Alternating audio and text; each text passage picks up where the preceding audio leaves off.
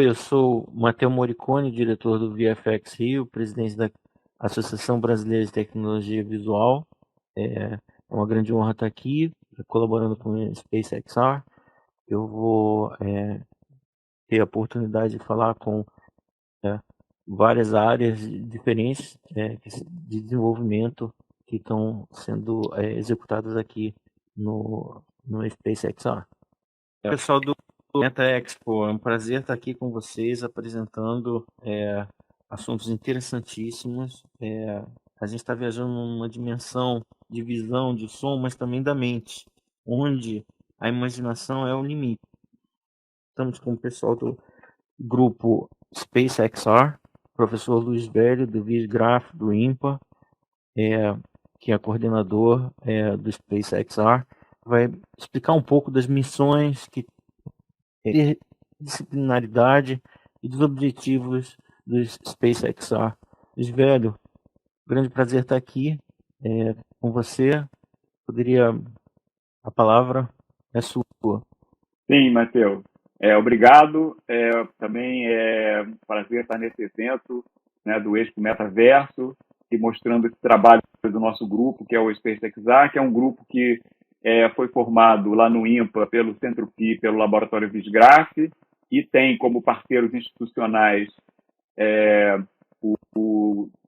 a PUC com o Laboratório Biodesign e da DASA, e é o Museu Nacional com o Laboratório Lapide, além de colaborações com o VFX Rio e com a ABC Cursos de Cinema e outros parceiros. E nós começamos esse projeto há quase 2 anos, né, no começo da pandemia, foi até uma grande necessidade, né, quando teve a transição aí para usar todos os meios, né, virtuais, e o metaverso começou a se expandir, né, e subsequentemente nós fizemos um projeto para a FAPERJ, que foi contemplado para financiar essas pesquisas, e desde então nós viemos desenvolvendo pesquisas em várias áreas de aplicação, né, patrimônio histórico-cultural, medicina, audiovisual, dança, e aqui hoje a gente vai focar em 2 áreas de aplicação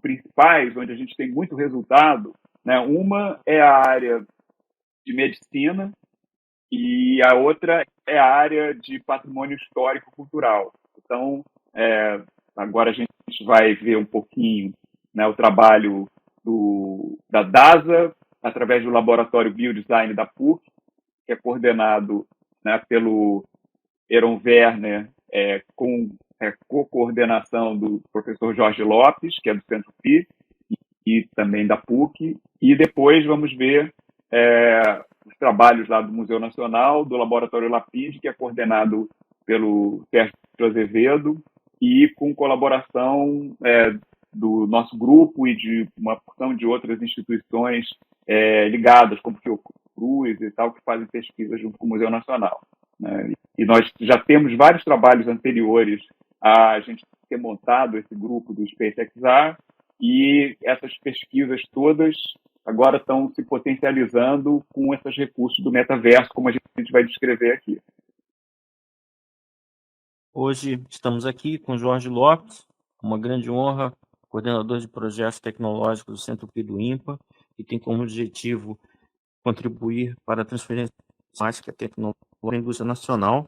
E temos a presença aqui também, é uma grande honra, do Aaron Werner, que é especialista em ginecologia e medicina fetal do Alta Excelência Diagnóstica, né? Estamos aqui dentro do metaverso, e o Biodesign Lab, coordenado pelo Aaron Werner, realiza pesquisas em tecnologia 3D aplicadas a diversas áreas da medicina. Eu vou passar a palavra para o Jorge para poder ilustrar um pouco o trabalho que está sendo feito, e depois saber também do Aaron como esses avanços têm aproveitados dentro da medicina e da pesquisa que ele vem desenvolvendo. Jorge, com você a palavra. Obrigado, Matheus. Bom, nós já trabalhamos, né, nessas áreas ligadas a modelos tridimensionais, virtuais e físicos há bastante tempo, E naturalmente, assim, uma vez que você tem os arquivos, tem todos os dados relativos às coordenadas de um modelo tridimensional, naturalmente a gente passou a usar também equipamentos de realidade virtual para algumas simulações, e o uso e a aplicação no metaverso foi uma consequência, né? Uma consequência natural, onde a gente, uma vez que já tem esses arquivos que são trabalhados pela equipe do Dr. Heron, arquivos de ressonância magnética, ultrassonografia, combinados ou não, uma vez que a gente já tem esses arquivos, a gente trabalha traduzindo assim, tridimensionalmente, colocando nesse ambiente para que possa, de uma forma, auxiliar as equipes médicas, né?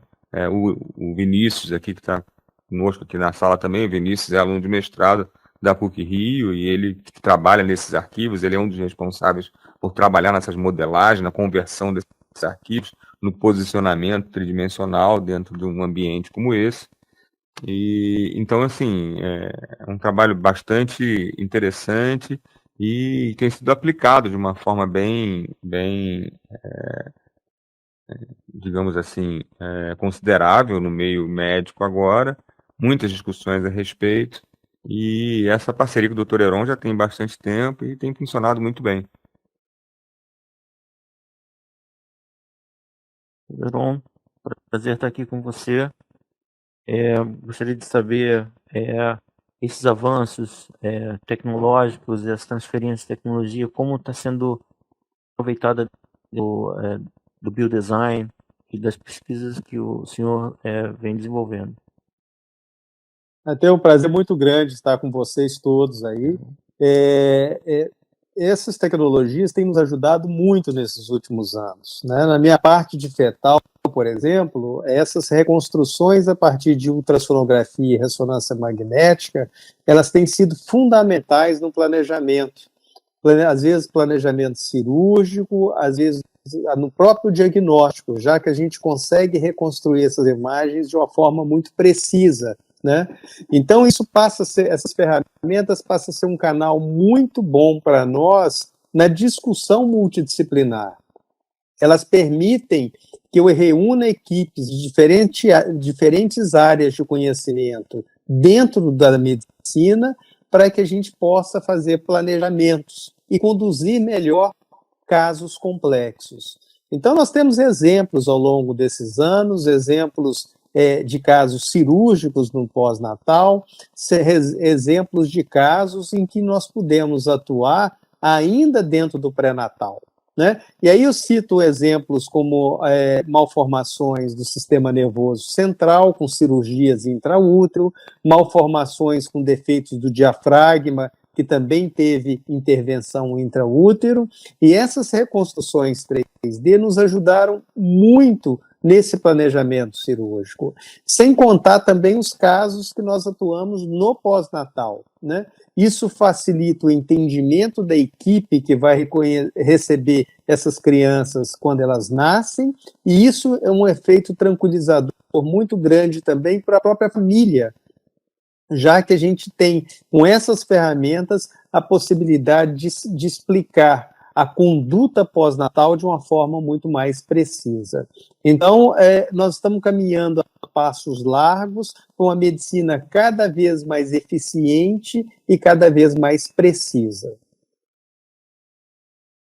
Isso é muito interessante, adicionando a visão, uma paradigma, certamente, poder visualizar algo antes de poder fazer um intervento cirúrgico que vocês têm hoje, como era feito antigamente.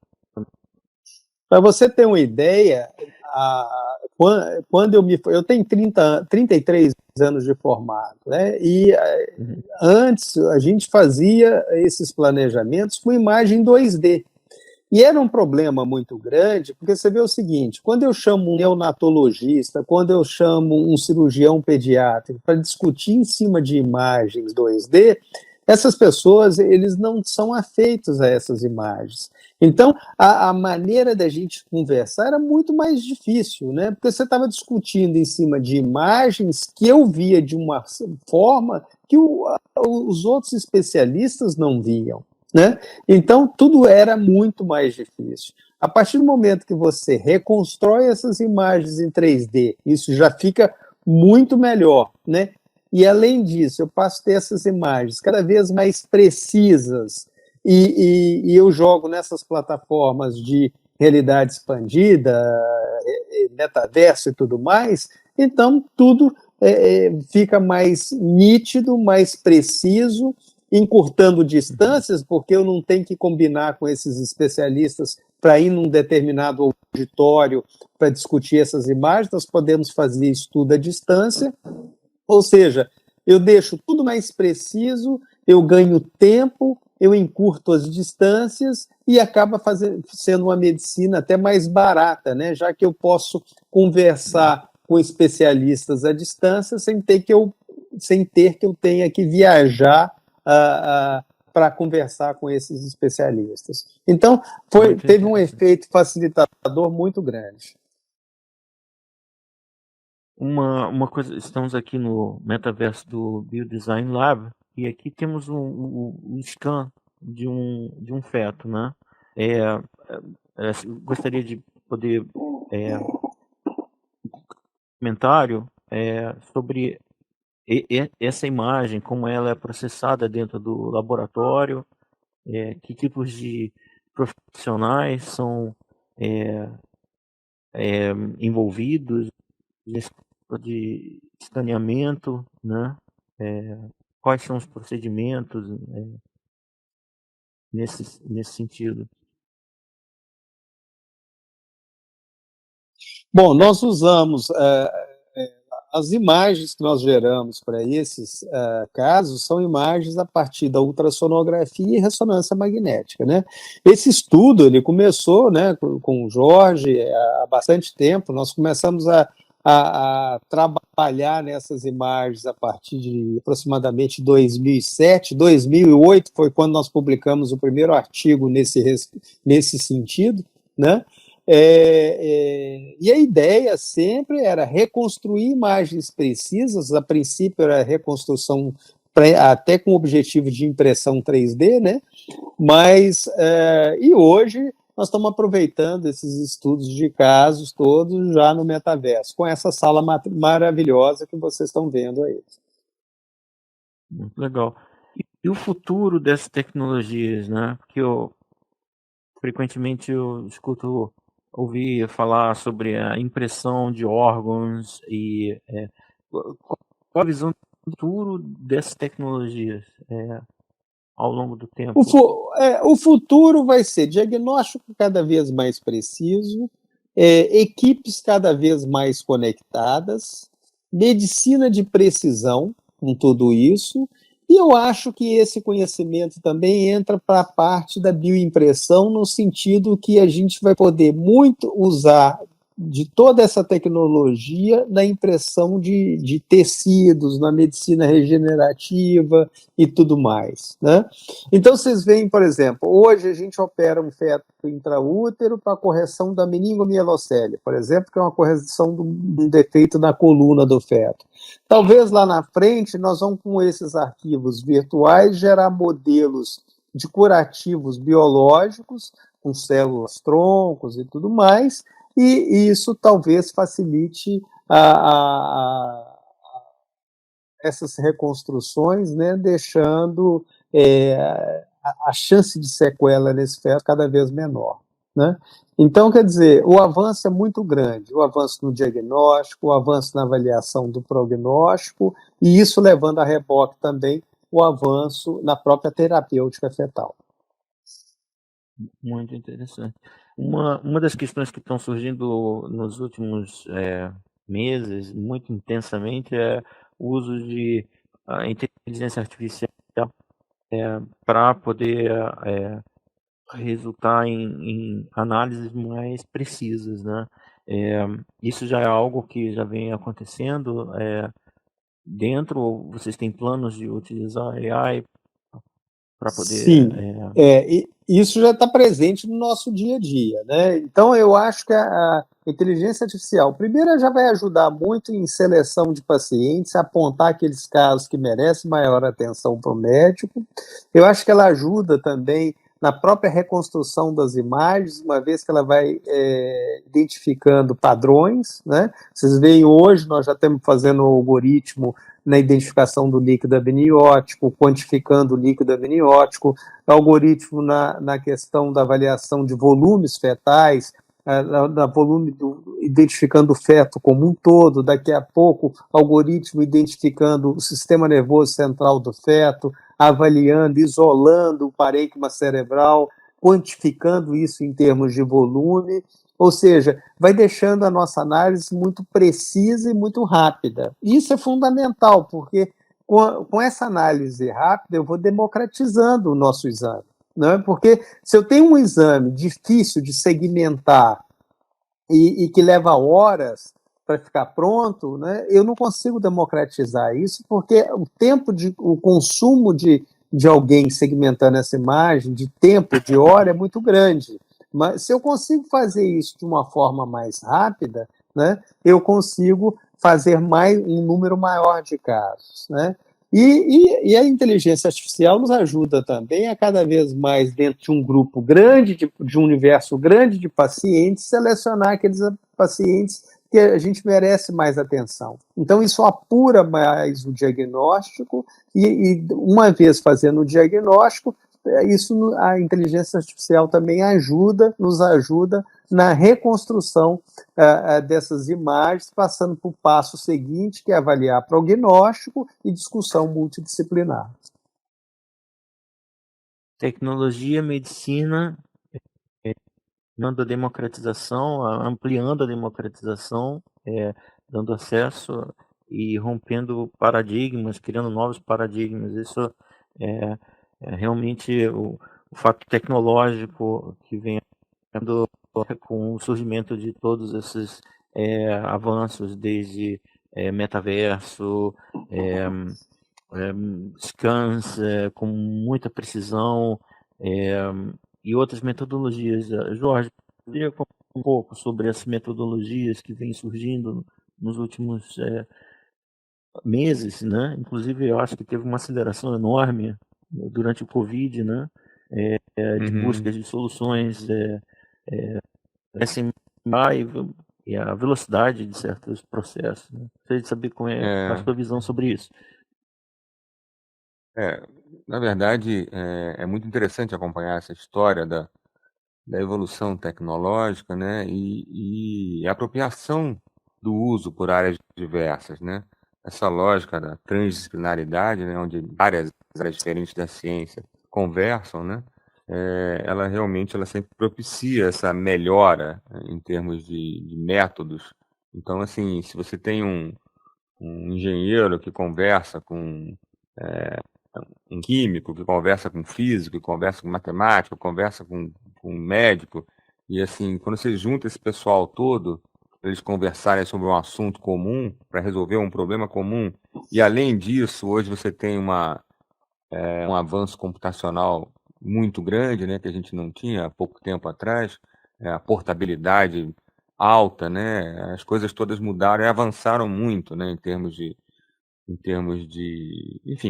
computacionais, falando de uma forma genérica. Assim, hoje os arquivos digitais circulam pelo planeta todo, você tem devices aí rápidos para você atenderem a qualquer situação, seja mobile, seja celular, seja computador, seja VR, seja realidade aumentada. Então você tem essas tecnologias todas disponíveis e elas falam linguagens, né? Essas linguagens podem ser utilizadas por equipamentos de ressonância magnética, de tomografia, de ultrassonografia. Então, as linguagens, hoje em dia, você tem essas linguagens todas permeáveis, né? O que facilita tudo, facilita muito, né? Que elas sejam utilizadas. E quando você tem open-minded, assim, você tem a cabeça aberta para poder visualizar essas coisas todas e saber que a importância da comunicação é tudo, né? Educação e comunicação. E aí você tem uma possibilidade grande, assim, de fazer com que as coisas deem certo, né?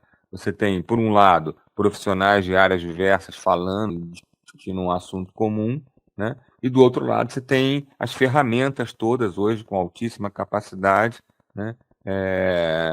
Assim, acessíveis para fins benéficos, né? Então isso é um momento novo. Eu quase que chamo isso de um renascimento, sabe? Essa possibilidade toda tecnológica que a gente tem hoje. Então, seguindo nossa viagem no metaverso, estamos aqui com o Sérgio de Azevedo, professor titular da UFRJ, ex-diretor do Museu Nacional da UFRJ, geólogo, paleontólogo, coordenador do Laboratório de Processamento de Imagem, né, do Museu Nacional. É pioneiro no país na aplicação de tecnologias de imagem 3D para pesquisa e conservação do patrimônio histórico cultural brasileiro. Sérgio, prazer estar aqui com você. Gostaria de saber as suas visões da tecnologia dentro do ambiente de um museu, da preservação da memória cultural que temos no Brasil. Bom, prazer estar aqui com vocês também, falando sobre esse assunto que tanto instiga a gente hoje em dia. Mas, como o Jorge falou quando ele falou a respeito da parte médica do projeto, essa aplicação de tecnologias por parte do nosso grupo já é bastante antiga. O laboratório começou em 2003. E antes disso, já no final dos anos 90, a gente já dava os primeiros passos na utilização de tecnologias avançadas, então, na época, para a ciência, fazendo estudos com grafia computadorizada. Isso cada vez foi avançando mais, inicialmente mais para áreas específicas da investigação científica. A gente trabalhava muito na área de paleontologia, que era a minha principal ocupação na época. Hoje acho que eu já derivei para muitos outros campos. Logo depois a gente incluiu no projeto estudos com egiptologia, estudo das múmias do museu. E depois arqueologia com a Luísa, e teve a entrada do grupo médico, né, com trabalhos com embriões. E, bom, hoje em dia são diversas as áreas da investigação científica que se beneficiam dessas novas tecnologias nos seus estudos e nos seus sistemas de ensino e aprendizagem. E, em relação ao patrimônio do museu, mais propriamente dito, à medida que você ia fazendo as aquisições desses arquivos tridimensionais, seja através de computação, de tomografia computadorizada ou de scanner de superfície, você ia criando um banco de imagens de diversas coleções científicas do museu. Com o tempo, esse banco de imagens acabou servindo como base para difusão dessas peças do museu em diversos outros projetos. Hoje a gente atua em várias áreas. Hoje a gente atua, no caso do museu especificamente, o projeto atua em muitas outras áreas, mas no caso específico do museu, a gente atua em paleontologia, em arqueologia, em egiptologia, em geologia, em meteorítica, em zoologia. E a gente está, inclusive, fazendo projetos agora com captura de movimento aplicado à biomecânica, dança, arte. Então, hoje não só as tecnologias modernas, digitais, se diversificam, mas também os seus campos de atuação se diversificam muito. Interessante. A questão de um museu abraçar a tecnologia dessa maneira, estando aqui dentro do VER, vendo múmias, crânios e parte da investigação científica que vocês vêm desenvolvendo, né? O público tem acesso a informações. A tecnologia vem para democratizar esse acesso, né? Essa visão é muito interessante. Eu queria saber de você, que você tem acesso também ao público, né? Qual é o feedback, né? Do público com relação às tecnologias emergentes que estão surgindo, né, o óculos, a realidade virtual estendida dentro dos museus? Bom, sobre tecnologia em museus, os museus, de maneira geral, no mundo todo, nunca foram contrários à tecnologia. Cada vez que uma nova tecnologia era disponibilizada, os museus, embora algumas pessoas acreditem que museus lidam com coisas antigas, os museus, tanto de pesquisa quanto museus de exposição, eles sempre incorporaram muito rapidamente as tecnologias às suas exposições, principalmente em função disso que você colocou. O benefício do público, quando você incorpora uma nova tecnologia, a interação que o público tem com aquela informação que se quer passar no museu, porque o museu não é uma casa que mostra peças, é uma casa que difunde informação. Então a informação que você quer passar, ela se torna muito mais acessível de maneira direta ao público. No caso específico do Museu Nacional, isso a gente está falando de pré-incêndio, né, porque em pós-incêndio a realidade é outra, a gente teve uma aposta muito boa do público toda vez que se incorporava uma nova tecnologia. Agora, depois do incêndio, com a recomposição, esses materiais acabaram tendo uma importância, se não maior, significativa, porque muitas das peças que foram perdidas no incêndio, hoje só existem porque nós temos modelos tridimensionais delas. Ou seja, a gente perdeu a peça, mas a gente não perdeu a informação que a gente quer passar para o público, porque a gente ainda tem o veículo de transmissão dessa informação, que é um modelo tridimensional. Por outro lado, do ponto de vista da ciência, da recuperação dos acervos, um crânio muito famoso, como por exemplo o da Luzia, ele foi recuperado depois do incêndio, mas ele está precisando passar por um processo de restauração. E esses modelos tridimensionais obtidos previamente vão servir de guia, estão servindo de guia para que os pesquisadores, especialistas na área, possam fazer essa reconstituição de uma maneira muito mais precisa e adequada. E isso acontece não só com a Luzia, como diversas peças. As equipes do museu resgataram milhares de peças depois do incêndio. E muitas delas, por ter arquivos tridimensionais já obtidos nas etapas anteriores, elas estão podendo ser restauradas com mais precisão do que seria se a gente não tivesse esse registro prévio. De qualquer maneira, o mais importante ressaltar é isso. O benefício que o público tem com a tecnologia, ele é maior do que a simples observação. Eu não estou dizendo que a tecnologia veio para substituir o museu e as visitas aos museus. Os museus, a visita ao museu, ela tem todo um caráter psicológico que é fundamental. A tecnologia ela é usada como uma ferramenta de apoio e de maior alcance da difusão desse conhecimento. Mesmo que a pessoa não possa fisicamente ir ao museu, que é uma pena, o bom é que ela fosse também fisicamente ao museu, ela pode ter acesso a essas informações através da digital e de muitas ferramentas. E o próprio museu hoje já estuda maneiras de incorporar a realidade virtual às suas exposições normais. Nós temos realizado oficinas de realidade virtual em eventos e a gente está programando agora para o início do ano que vem, uma notícia recente, uma exposição no museu em que vai ter também uma oficina de realidade virtual, aí direcionada ao público e não a especialistas.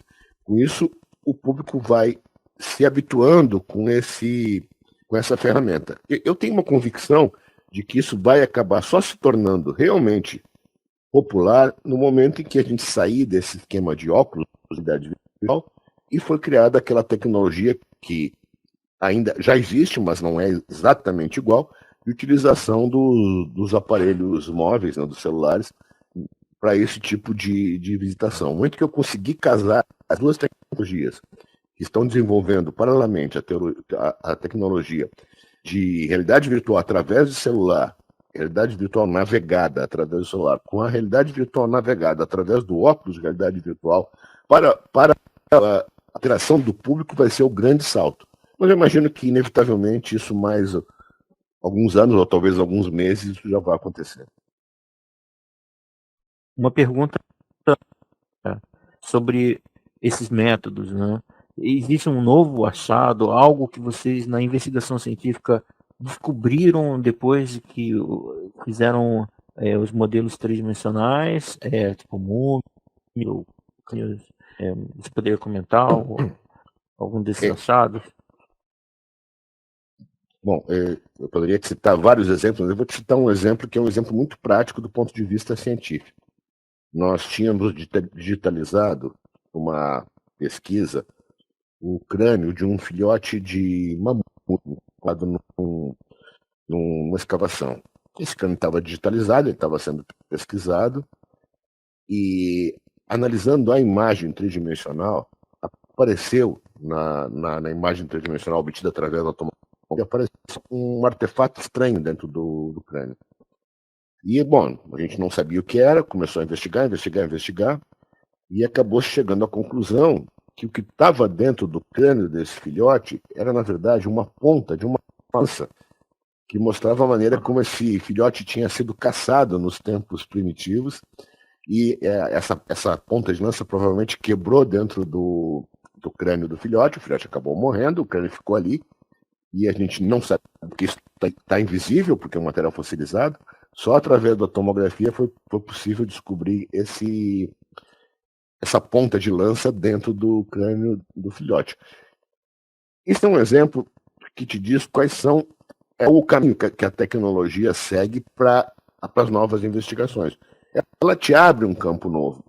Eu passo a ter acesso não apenas àquela parte externa do fóssil ou do artefato arqueológico. Eu passo a ter acesso à parte interna. Outro exemplo muito interessante, o próprio caixão da múmia, da Chaminé-Sua, essa múmia que o museu tinha na sua coleção há muitos anos. A gente tomografou esse caixão e só a partir da tomografia foi possível descobrir que no interior desse caixão existiam diversos amuletos. Um amuleto em forma de coração e outro 8 pequenos amuletos eram tradicionais de serem colocados junto com as múmias dentro dos caixões, mas que a gente não sabia que estavam lá. Isso foi tão interessante que depois do incêndio, no trabalho de resgate, as bandagens da múmia, a madeira do caixão foi queimada pelo incêndio, mas as equipes de resgate puderam resgatar não só o amuleto coração, como todos os 8 pequenos amuletos. São amuletos, o amuleto coração tem alguma coisa uns 5 centímetros, e os outros têm 1 centímetro, 1,5 centímetros, mas o trabalho de resgate foi tão minucioso que foi capaz de, e a gente sabia que eles estavam ali, porque a tomografia tinha nos dito isso, foi capaz de permitir que a gente resgatasse não só o amuleto coração, como todos os outros 8 pequenos amuletos que estavam junto da múmia. Bom, são muitos exemplos, mas esses dois ilustram muito bem como uma novidade, vamos dizer assim, científica, como um a mais, um novo achado pode ser incorporado ao conhecimento através do uso dessa tecnologia. Como é que para o pessoal do Metaverso Expo, né? Como é que eles podem entrar em acesso ao museu, à pesquisa e fazer parte desses workshops que vocês estão organizando? O principal canal que a gente está usando aqui é a plataforma Space. Quando a gente produz um evento, a coisa ainda está muito experimental. Mas quando a gente faz um evento, a gente procura divulgar pelos diversos meios de divulgação, e a gente pretende usar o site do Space XR para fazer essa divulgação. Então, acho que um bom canal daqui para frente seria acessar esse site, e lá vão estar as principais realizações futuras desse grupo, tanto na área de Deus, na área de medicina, como em todas as áreas em que o projeto atua. Obrigado. Uma honra com vocês.